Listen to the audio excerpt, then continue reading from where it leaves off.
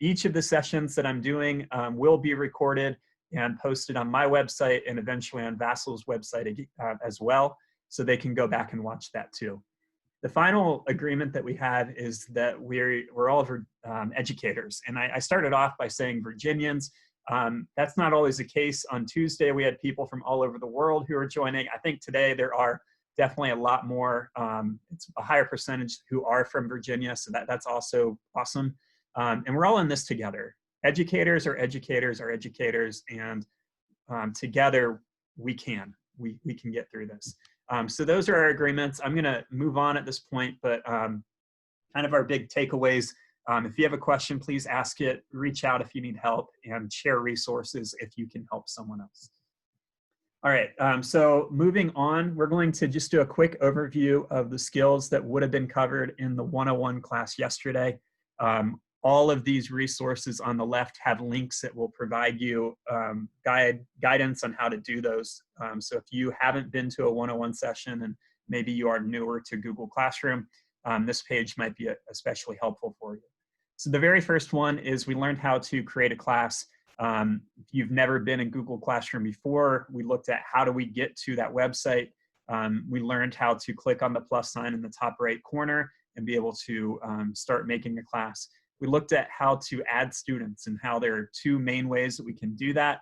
And that the way we might do it now that we're in distance learning is probably by adding our students manually, where usually we would put that access code up and our students could join that way.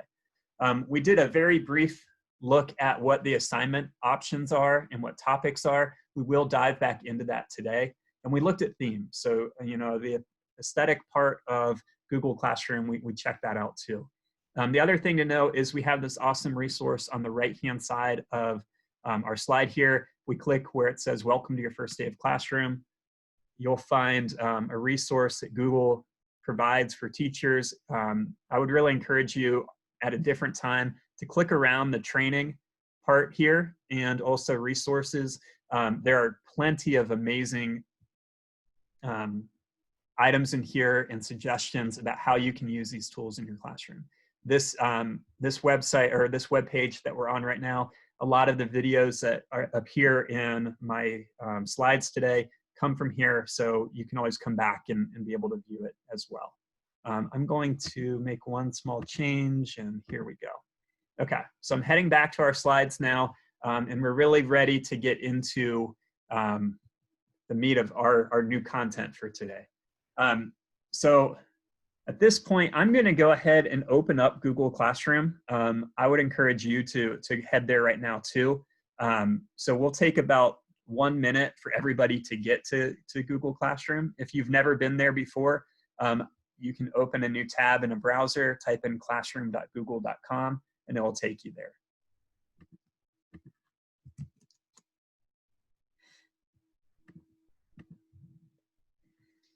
All right. So here I'm in my Google Classroom. You can see that I have 2 classes in here. When we first get to Google Classroom, if you have never made a class before, you probably have an arrow pointing to this plus sign in the top right-hand corner.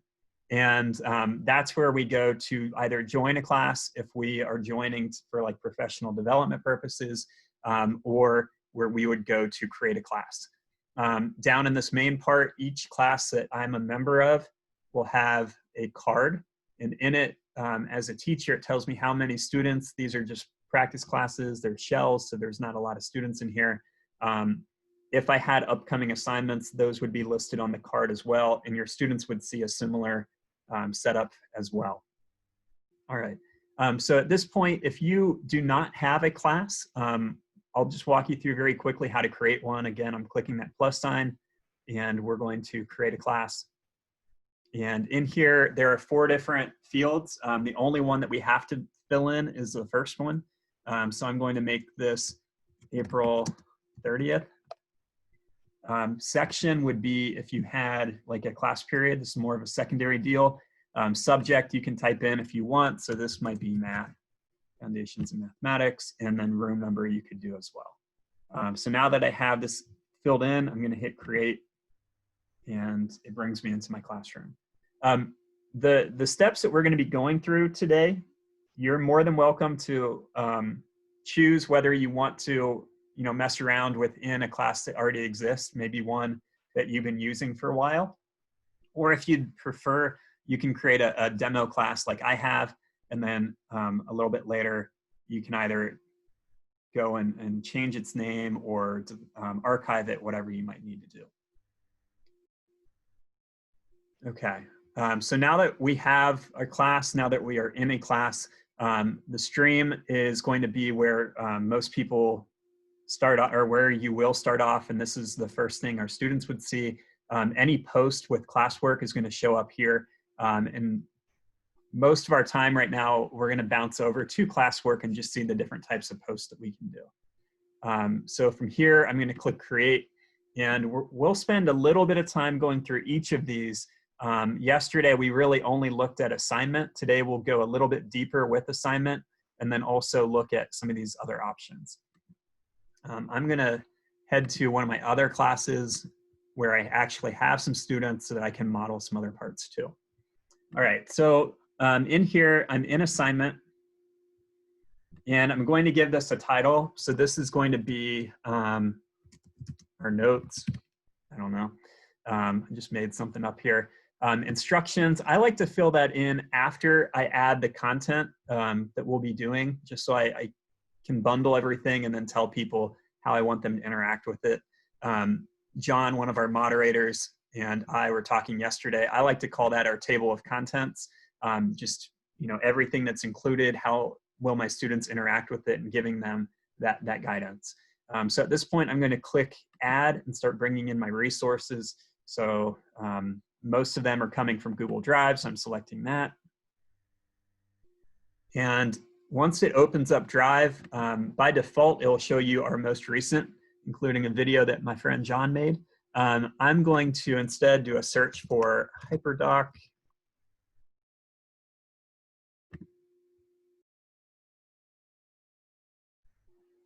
You can also go through and look through folders individually, but I like to use the search feature. Please note that to the right of where you would type in, we do have a drop-down where you can say, I only want it to be a Google Doc or slides or whatever. That way you can really find exactly what you're looking for. So mine's going to be the cellular respiration HyperDoc. I'm adding. And once I do that, I have my resource here. And then there are 3 different ways that I can post this to my kids. The very first one is students can view file. That might be if I'm giving them an article to read, or if I have some guidance for them, but I don't want to receive anything back. This next option is students can edit file. And I would use that if I want everybody in there at the same time or in the same document. Sometimes I do that with notes, or if I'm having my kids sign up for something, I can give them one file that can all go in and add their names. But the one that I use the most is make a copy for each student. So I'm going to go ahead and select that. Once I have my first resource, I'm going to quickly just add a few other types of resources too. So in here, I'm not going to, I don't want to give them that one. Let's see. Give them this, add. I'm going to bring in a YouTube video, and this will be HyperDocs.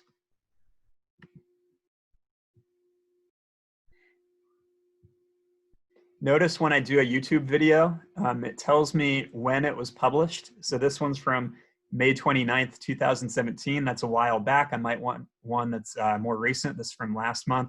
It also tells me the length of time. With our students, I've seen a lot of data that suggests that we want our videos to be 4 minutes or less. And that is, if you have a kindergartner or if you have a 12th grader or even adult learners, we want shorter videos. If I tried to give them this 59-minute one, they would watch 2 minutes and check out, right? So with this, I'm going to pick my 4-minute one. Oh, 2 minutes, even better. Add. As always, we'd want to make sure that we watch the whole video. So I would click HyperDocs explanation, and then I could hit play, and it would run through it. And we want to make sure we watch from from second 0 all the way through the end to make sure there's no hidden bombs that people add in there sometimes. Okay, so something else I want you to notice when we're looking at this is each of these different files can have a different setting. So I want my students to view the slides, but be able to go in and edit the cellular respiration HyperDoc. And again, each of those can have a different setting. I would drop in my table of contents here with how to engage, and then I'm moving over to the right-hand column. When I'm over here, I want you to check this out. So in this account, I have more than one Google Classroom. So I can come through and check all of the classes that I want it to go to. Again, this is a very helpful feature if you are a secondary teacher and you have, some might have 8 different classes that they're trying to post at the same time. You can do that. If you only have one selected though, this is also a really helpful feature. I can come over to where it says all students, and I don't want it to go to everyone. I want it to go to Brian, I want it to go to John and Lindsay. And it doesn't have to go to all 30 of my students. I can pick. And this is helpful for a few reasons. I might select this if I'm trying to differentiate based on their interest, or I'm differentiating based on accessibility, or maybe they have special needs, or they need a translated copy. And I could do all of those different things and post it to the specific students who need it. The next part, I can do points. By default, it'll be 100, but I can make it out of anything. So if I'm like, I want to be 37, look, now it's out of 37 points, and I can do that. 2 days ago, someone told me their district is only doing pass fail or complete incomplete. So if I were doing that, there's not a setting that lets us do that, but I would just do, it's a 0 or a 1. So now a 0 is they haven't done it yet, or it's not satisfactory. And then a 1 would be they met my expectation. Continuing down, I can set a due date if I want. I can set a due time if I want. There's a lot of debate right now about, do we keep due dates with all the stresses that our kids are having, or like sickness they might be having, or whatever it might be. I'm going to leave it blank for right now. I do encourage you to use topics, and this is a way that we can organize. So you'll notice in here, I have week 1, 2, 3, 4. I'm going to create a new topic, and this is going to be May 4 through 8 week. And I'm doing this because my wife, who is a 3rd grade teacher, they have to do weekly lesson plans. They're doing choice boards. So she might make, here is the topic, has that whole bundles there, and then she can drop in her choice board. Continuing down, we can make rubrics in here. I'm not going to really go into that a whole lot. And there's also an option to do an originality report where basically students could go through and see, well, am I copying and pasting from another source? Teachers would be able to run that report too. To be honest, even as a recovering English teacher, not the top priority for me right now. I'm more concerned about my students' well-being than this. And that may be up for debate too, but that's my personal, where I'm at. All right, so we have these settings the way I want it to be done. And at this point, I'm ready to bounce up here to actually assign it. A couple things that we can do, by default, assign is definitely the most prominent, but we have a drop down. So that means we're going to have additional options. I can save it to be able to go back and maybe add my table of contents later, or additional resources, whatever it might be. I could schedule it so that it goes live at a certain time. So, for instance, this is for next week. So I might say on May 3rd, I want it to go live at 8 a.m. That way parents and students have a day or so to review it before it becomes, well, here's my content for right now. I'm not going to do that option. Instead, I will actually go and hit assign. And it might take a moment, and think about why that is. So it's going through and making a copy of this resource for each of your students. And if you added 4 different resources, it's going and multiplying that by the number of students. It's also putting it into their Google Drive. It's adding to their Google Calendar and your calendar as well. So a lot of different Google tools are interconnected through Google Classroom, and it makes it very simple for all of us. All right, so in here, I now am still on my classwork. You'll notice that Romeo and Juliet is a draft, so I haven't actually posted that. It's grayed out. As I scroll down, I'm gonna go to my new one, week May 4th through the 8th. You might be thinking, will my students see? Okay, I think one of our moderators has a question. Can you go ahead and ask it for me? Yes, Adam, we had a teacher had a question about creating a collaborative document to where everyone would edit one document, but wanted to have them available just for small groups. So is it possible to assign a document to specific students to have them edit one specific document? Yeah, so there is a little workaround that we can do for that. And the way I would make it happen, I would find the resource that I want. So let's go back and see. I'm in my drive. I'm gonna find helpful tools to support your work. In here, I can make a copy.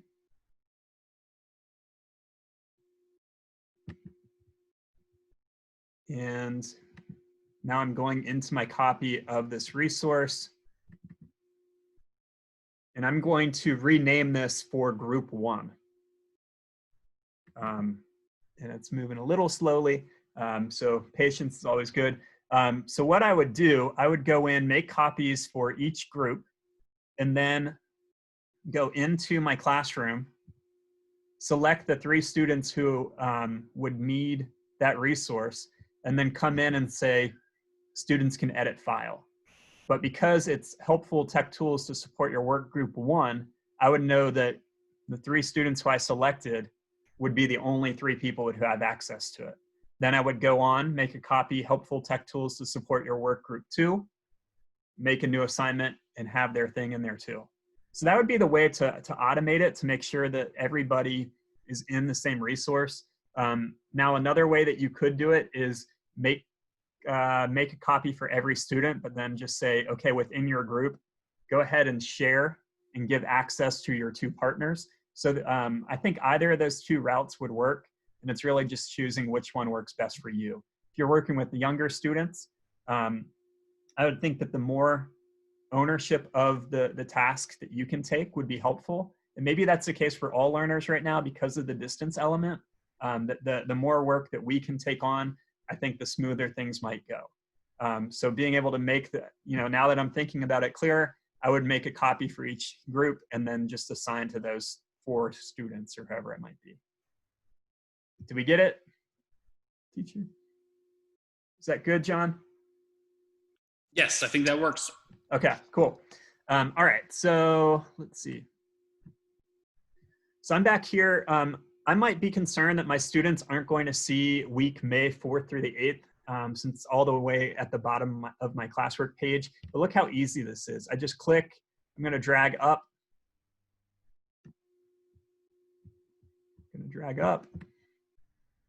And I'll be able to have it all the way at the top.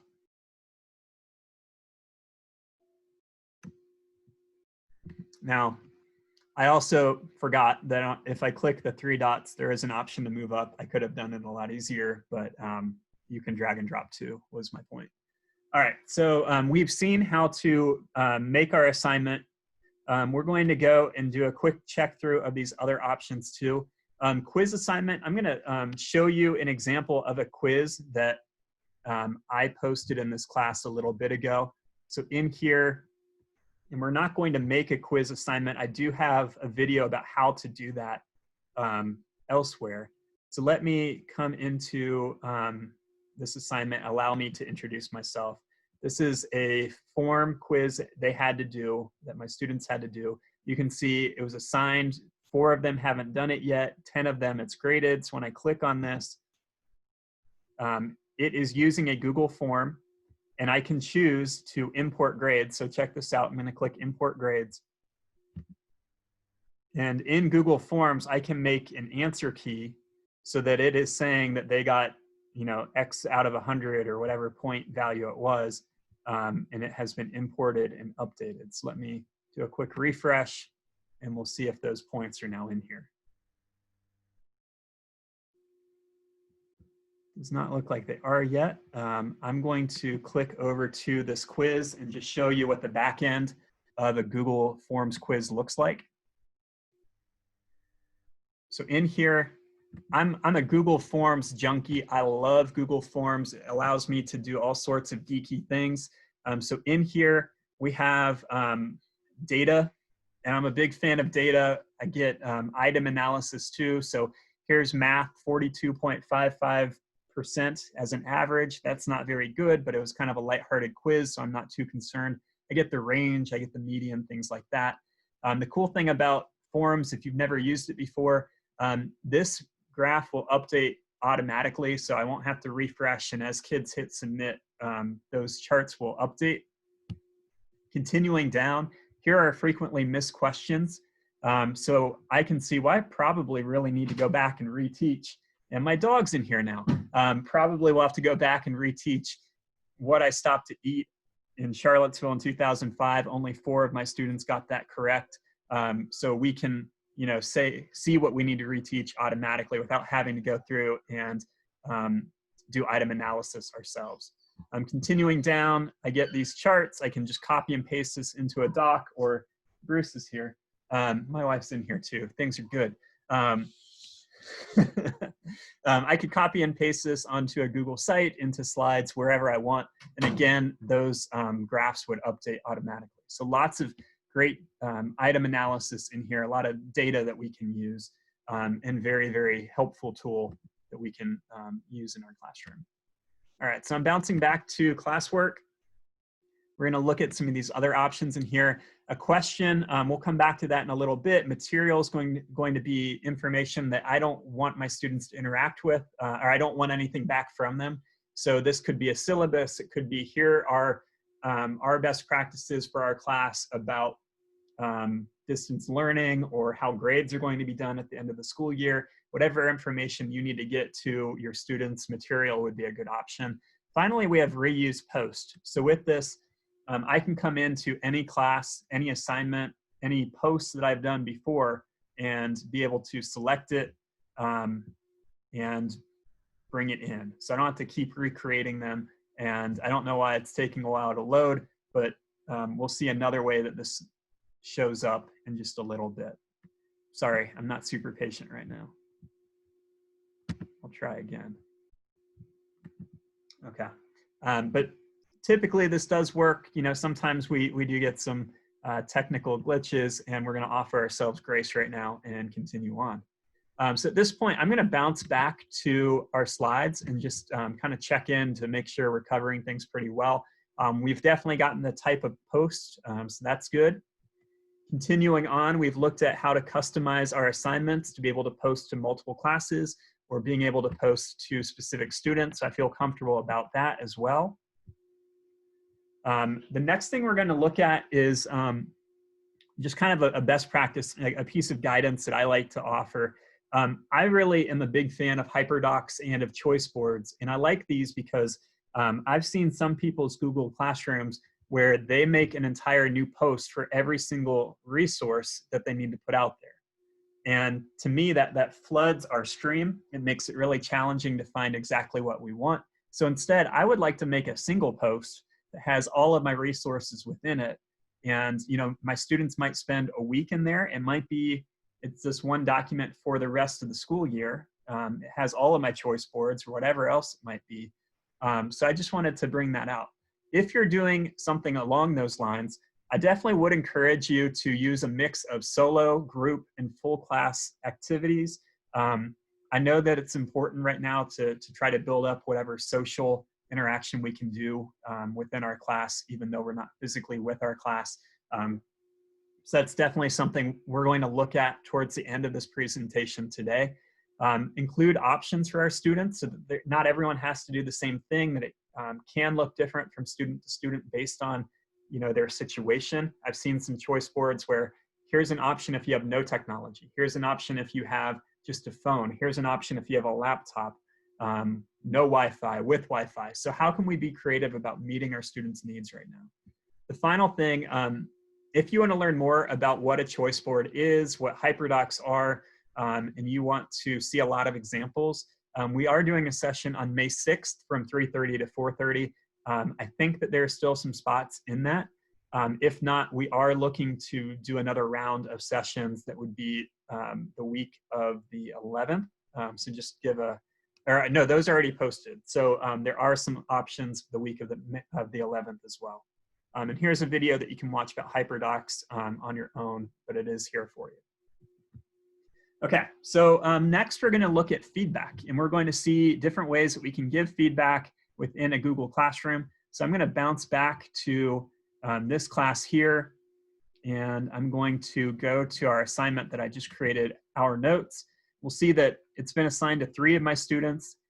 None of them have turned it in yet. I'm going to click on the assigned, and this is what the submission page looks like on the teacher end. So it has all 3 of my students who received this. I can click on any of them, and it comes up with their resource. I'm going to go into John's document here. And I love this, that John hasn't even submitted yet, and I can start to give him feedback. This, to me, is especially valuable since we don't see our students. I can go in and make sure that John's on the right path, or really to just make sure that John has even started. And if he hasn't, I know I need to go email John. I need to call his parents, whatever it might be, to check in on John. First, like, just, is he doing well? And then second, hey, let's look at the academic side of things. Once we're in the teacher view for giving feedback within Google Classroom, you'll notice I like to start in the top left. In here, when I click on John's name, it has all of the students. I can see that this particular assignment was only assigned to these 3. I could click on status and it would say, well, here's assigned, here's submitted, and so forth. So far, none of them have been turned in. So now that I'm in here, a couple things I can do. Right now I'm in suggestion mode. So if I make a change, and instead of writing out and, I'm going to do an ampersand, it doesn't actually change it because I'm in suggestion mode. So John would need to come through and accept the suggestion or decline it. If I wanted to switch to being able to edit, I can, just clicking on this icon and switching to the pencil, and now I can make changes. Some other things that I can do from this view, I'm going to click on these 3 dots, letting me know that there are more options. And in here, one that's going to be very helpful is this add comment. So I've selected this one word. You can select an entire paragraph or a section of the paper of their work and be able to say, John, you are, and I'm actually, yeah. Check this out. So if I start typing John, it's going to come up with their names, and it's going to try to auto complete it. So I'm selecting John, and I can assign this. I'm tagging John so that he gets a notice, hey, Mr. Seipel has gone in and given you feedback. You might need to go make a change. So with this, I'm going to put, please do not capitalize and type all letters. Okay, now I hit assign, and my student John has just received a notice that, hey, I need to go back and take a look at this. Some other things that we can do from this view, on the right-hand side, if I wanted to actually go into the paper itself and not just the feedback version of it, I can click on its title. I can give him a grade. So he's got the 1 out of 1. He still doesn't know he got a 1 out of 1 until I hit return. I can give John some comments. So keep working on your caps, whatever it might be. And now John sees that, his other classmates do not, only John. And we can also do this comment bank. So in here, I can use these ones that I've used before. So copy to clipboard. This is helpful, again, if you are consistently giving similar feedback, you can just drop it in. Another tool that I really like to use when it comes to feedback, and this is covered in one of my sessions next week, is Screencastify. It is an awesome extension for the Google Chrome browser that allows you to record videos. I like to do it, record a video as I'm going through their paper, giving them an opportunity to see my face, be able to hear my voice as I give them feedback, and it might carry a little bit more value than just seeing me type out not to capitalize letters. It adds a lot of that human touch that we need right now that we're definitely lacking. Some other things that I can do, up at the top, if I'm ready to go to my next student, I'm just gonna click this arrow, and now I'm in Lindsay's. I can give her the feedback that I need to.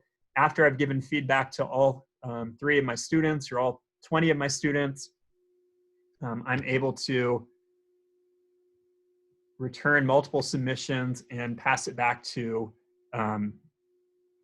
any students who I've given feedback to. So now John, when he logs in again, he'll be able to see, oh, I got a pass on it or acceptable on this particular assignment. He'll also see the private comment that I passed on to him. Now that I'm back in here, here's John. 1 private comment, keep working on your caps. He receives that. Again, Brian and Lindsay would not be able to see it. All right, so I'm back in the main view of Google Classroom. So far, we've talked about what the stream is. We've talked about the different parts of classwork and how to give feedback within an assignment. We don't need to do much when it comes to people. I will go there real quick. So in the stream, that's a place where everybody can post. Everybody by default is able to make, they're able to go in here and make topics. You may not want all 30 of your students to be able to make a topic and make a comment. So something that we can do, if we go up to this gear in the top right, and now we're in our settings, we're gonna come down to where it says stream and click where it says most likely right now for all of you, if it's a new class, your setting is students can post and comment. I would be really hesitant to use that option unless you've been using it throughout the school year and it's part of your norms. I would encourage you though, especially if you are introducing Google Classroom to your students for the first time, start off with only teachers can post or comment. You might have particular times when you want your students to be able to respond to something that you put into the stream. And if that's the case, then just go in right before and make it students can comment. And that means that, you know, you put a post in there, you might have a question or, hey, just real quick check-in. Now everybody can go in and reply to your post. But for the rest of the time, you know, you'd switch it back to only teachers can post or comment and you'd be good to go. I'm gonna head back to our people. Say that you have, and I'm gonna go back to my buddy John. John is having a hard time with being able to reply in an appropriate way. And since I can't meet with him one-on-one, I'm just gonna go in, click these. I did the checkbox, I'm going up to actions. And in here, I'm not gonna remove him, I am going to mute him. And John won't be able to reply to other people's stuff until I go in and unmute John. And I can do that to more than one student at a time. So if I needed to mute all of them, I could, or if I'm ready to unmute John Barber, I can do that too. And now he can rejoin his classmates in that regard. Okay, continuing on, there is a grades option. I don't have a lot filled in here just because I don't really do grades. It's mostly professional development. You can see here are some different assignments that I've done. None of them have due dates. You can see these are out of 100 and I just put in some fake grades. This is from the quiz, so it did import the grades. That's awesome. And then it says, here's their overall grade. If I clicked on Brian, I can see his scores for every single thing. I can see here are the things that he's missing, and it would bring all those up, or here are the things that have been returned with a grade, and I can really start to filter and find that information about each of my students. And if I needed to, you'll notice have this mail icon in the top right. It says email student or guardians, and I'd be able to drop in a message and include student work summary so that they would know, oh, here's what my child has been doing or not doing so far, or, you know, going to Brian, he would know, here's where I currently stand in my class. Please keep in mind there are videos in our slides about doing feedback in Google Classroom, and then our next one looking at gradebook and rubrics. So you can go and check those out as well. This next part is how we can include parents. I want to show this to you. This is an option based on whether or not your district has it turned on. In Albemarle County, they don't have it turned on. If I were in charge of a district, I may have it checked to be allowed, and that's the parent or guardian information in here. So to get this, I'm going to click our gears in the top right, and as I scroll down, we have this option for guardian summaries. In here, I'd want to make sure it's checked. Mine is right now. And then when I have students, and this is a class where I have students, I can go to people, and I know I'm bouncing around a lot. Thank you for being patient. So in here, I have these different students. And I can email all guardians. I've already, because these folks haven't verified their membership yet, they're just invited, there would be an option to add a guardian, and then it would just allow me to email based on my class roster and get the guardian in there. And once adamseipel@gmail.com is linked to Carter S., even if he's in 5 different classes, my email will still be listed as a guardian, and if the teacher has guardian emails turned on, they would receive it. So the really cool thing about guardian summaries is that the teacher doesn't have to do anything after that initial setup. So what they would see missing work that their student hasn't done yet, any upcoming work, class activities. So if there were questions posed or big announcements, the parent would be able to see that. They can have it where it's weekly or daily, I think. And then here's what the summary would look like. So here's my student, here's work they haven't done last week. Here are things next week. And then one post for each of their classes that they're a member of. And again, those are automatically generated. The teacher, once you've linked the account of parent and child, you're done, and it just works in the background beautifully. The next is quizzes. We already talked about what that looks like on the back end, and we saw an example of those scores. If you want to learn how to create a quiz, you can click this video and be able to get those skills. Originality report, again, over here it says don't focus on it right now. This video will be there, in the fall if you decide that you need to use this type of tool. But to me, it's basically being able to have they written it themselves. Google is originally known for search and search alone, so it will look through different websites, different articles, and be able to find, is this a student's work? How genuine is it?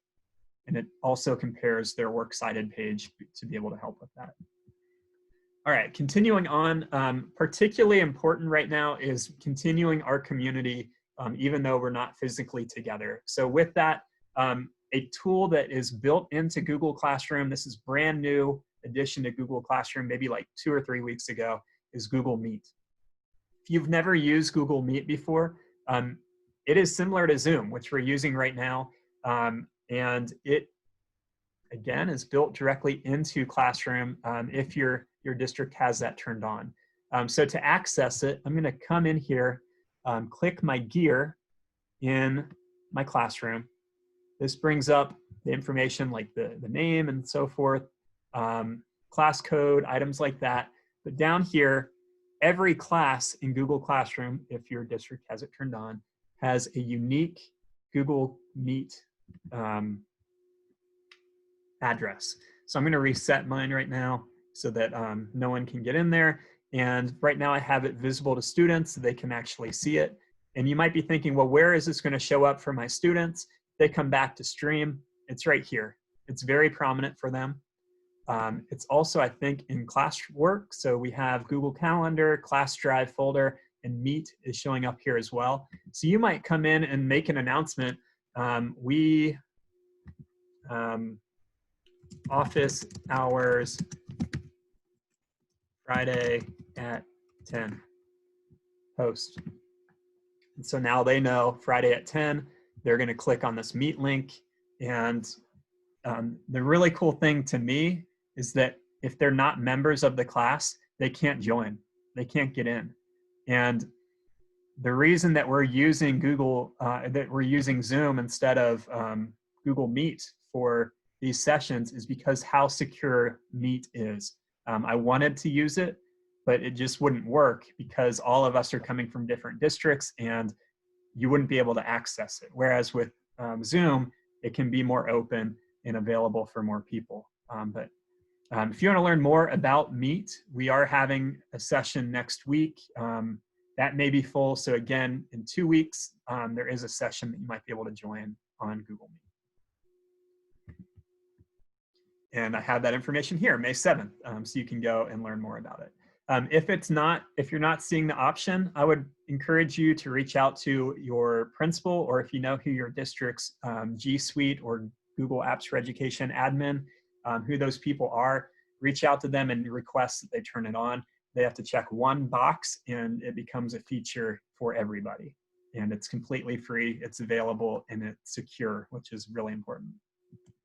Another way that we can encourage participation and some level of community is by doing discussion posts or asking questions within our classes. So I'm going to bounce back. This is Mrs. Seipel's 3rd grade class. I'm going to classwork, create, and this time I'm doing a question. And there are 2 types of questions that I can do in here. I can do a short answer or a multiple choice. So I might do, when should our office hours be next week? Monday, Tuesday. And then I can X out. When I'm all set, I'm going to ask, and my students, when they go to their stream, Mrs. Seipel, Adam Seipel posted a new question, and they can click and vote and be able to see those results in real time. So very simple way. We can also do a short answer response and make it where students can reply to each other. So this could be a very easy way to do a, how are you doing today? And people are able to just say, you know, today's not the best day. I know as an educator, I'm gonna reach back out to that student, or what's one thing that you've learned this week outside of our class? And people could post and be able to share how they've had that extended learning right now. Continuing on, Classroom has some really cool apps, mobile apps, that you can use on an Android device or on a Apple, like an iPhone, right, or an iPad. The Android app also works on a lot of Chromebooks. So I know many districts are using Chromebooks. You might be able to install the Google Classroom app. And this allows you to do some cool things, like if you have a touchscreen Chromebook, you can draw your feedback on an assignment. Again, you know, add some smiley faces, do whatever you want, and just make it a little personal that way. There are also the options of being able to record a video directly within the app. So it almost becomes like your own Flipgrid, that you'd be able to record a video, or your student could record a video saying, I tried this assignment, I really had a hard time with X, Y, and Z, and you'd be able to see that student's face, or you could leave some feedback in there as well with that recording option. Continuing on, and we are, you know, running towards the end of our time, and that's why we're looking at the end of year checklist. I'll go ahead and admit that right now is probably an if you're just starting to make a Google Classroom, it's an atypical ending to the year, right? We can all kind of agree on that. I want to show you what I would be doing at the end of a class, you know, a couple weeks from now, right?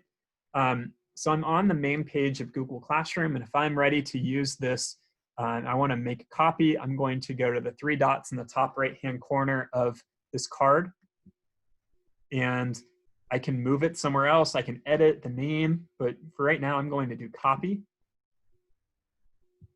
And this will be Fall 20, Section 3B. subject, blah, blah, blah. I hit copy. And in the background, it's taking all of those posts, all of those assignments that I've done before, and it is turning it into a template for me. And this might take a little bit because I do have a lot of assignments in there, but Fall 20 is showing up now. Still creating it, so takes a moment. Here's another one where I did this before. So when I come back to classwork in this newly created copy, you'll notice that all of these are grayed out, and those are because they were past assignments that I just haven't posted yet. So when I'm ready to post them, I can click edit assignment. I can click the dots here. I do need to edit, and then I'd want to just click assign, and that post will go live and switch from gray to blue in this case. So the cool thing about this, okay, it looks like we might have a question from a moderator. I'm going to come back to that in just 1 second. So let's finish up with what it looks like for our copied resource. We have all of these in here. Best practice, you would definitely want to go back and review the assignment or whatever post you have, just to make sure that it still represents what you want your students to learn, or that all the links within it are working, or videos are working. Just quick best practice there. Moderator, can you go ahead and ask the question? Looks like Eric might have it. Yeah. Hey, Adam. Hey. We're getting some questions from people about just general advice you'd have about using Meets in class. Like, if you met on a Tuesday, can students then use that link when you're not there to meet over the weekend? Or how do you change the code, or how early do you post it before you actually meet with the students? Good question. So thank you for that. What I might do if I were concerned about it just being an open meeting link. So in here, I went back to my settings. I can come down and reset my link, and then I would just turn the link off. So after we had our office hour next week, I would go in and reset it, remove it so my kids can't see it. And just the next time that we have our office hours, maybe 5 minutes beforehand, make it visible again. So, now we're pretending it's a couple minutes beforehand. I'm checking the box again, save, and now my students can go in because it is that protected time. Great question. Any other big questions right now, moderators? Cool. Okay, so the other step after we make a copy, we'd want to go back to our 3 dots and archive. And this is going to hide it. It doesn't delete it, doesn't delete any of your items or your students' items that they've made or accessed in your class. As a teacher, you can always go back to our hamburger menu in the top left. And down at the bottom of this menu is archived classes. And you can come in and see all the classes that you previously taught. If you need to bring it back, you can click our 3 dots, restore, and they come right back. It's not until you hit delete that it will actually go away. Another cool thing is that when they're archived, you can still reuse posts that come from there. All right. Some final things that we want to look at, and we won't spend a whole lot of time here. Slide 18 has a link to the Google Teacher Center. And we were previously there for just a moment, but in here are all of the different skills that Google has resources on regarding Google Classroom. So in here, if you need to, or a teacher down the hall from you needs help on how to make fewer class copies or organizing your class, you can click on this and you'll have, and it's asking me to log in because Google will actually give me renewal credit for any of these lessons that I complete. I can turn those in, at least in Albemarle, to be able to receive credit. So I would receive 20 minutes of renewal credit for completing this. And it has step-by-step directions, videos in there, and then some sort of assessment check at the end. So we are moving towards wrapping up right now. I want to thank all of you for joining together today. We will have a moment for a Q&A in just a few moments. I will reiterate that you are welcome and encouraged to email me at adamseipel@gmail.com or to interact on social media at Adam Seipel. Both of those are links so that you can reach me directly.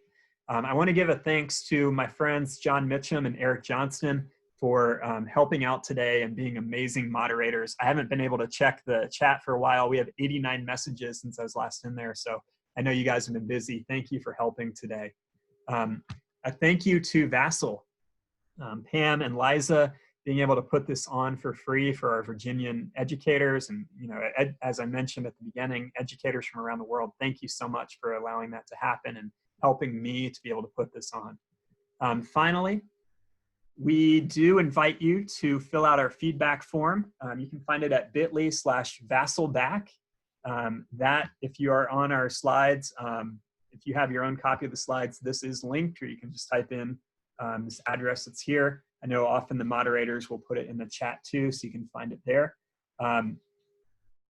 At the end of the feedback form, there is an option to receive a renewal certificate. If you click on that, enter in your name and email address, you will receive a certificate within probably 2 or 3 minutes. It will be in your email. Thank you so much for joining me today. If you want to stick around and have questions, I'll spend about 15 minutes fielding as many of those as I can. But again, thank you so much for being here today. Continue loving and supporting your students. If this is the only session that you're doing with me, I'm glad you came. If you're doing additional ones, I can't wait to work with you again. Thank you, guys.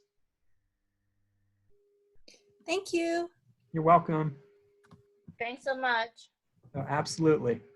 Thanks. Great job. Thanks. Welcome. One other note, I am recording this. I'm going to stop the recording.